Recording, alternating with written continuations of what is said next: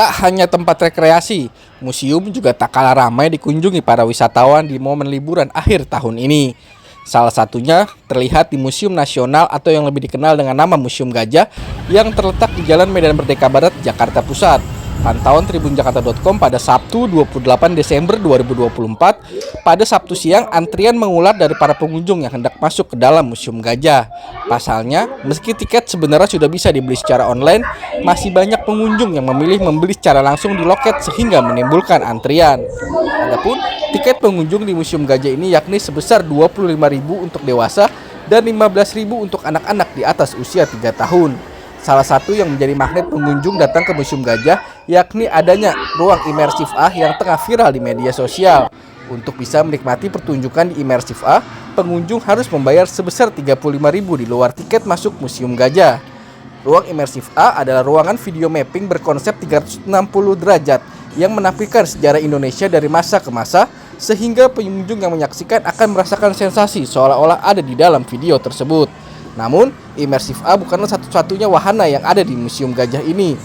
Selain imersif A, pengunjung bisa melihat sejumlah patung dan arca dari masa prasejarah yang tersimpan di museum ini. Selain itu, ada juga sejumlah pameran yang tengah dibuka di Museum Gajah, diantaranya pameran pesona keris Nusantara dan pameran 130 tahun setelah Pithecanthropus yang merupakan manusia purba pertama di Indonesia. Para pengunjung pun mengaku senang karena ternyata museum masih menjadi salah satu destinasi wisata di momen libur akhir tahun seperti saat ini. Kebetulan juga saya guru sejarah, saya juga suka konten-konten yang berbau peradaban, sejarah. Terutama kan di sini banyak banget ya dari dari artefak-artefak dari kerajaan.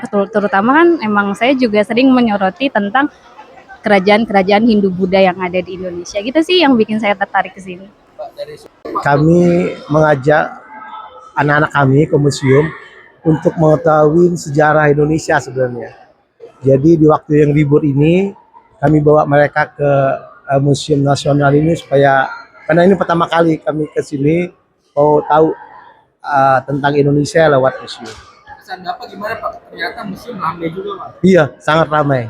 Ternyata edukasi pendidikan tentang museum memang diperkenalkan di orang tua ke anak-anaknya. Jadi ramai. Dan ini juga musim libur kali ya. Download Tribun X sekarang. Menghadirkan lokal menjadi Indonesia.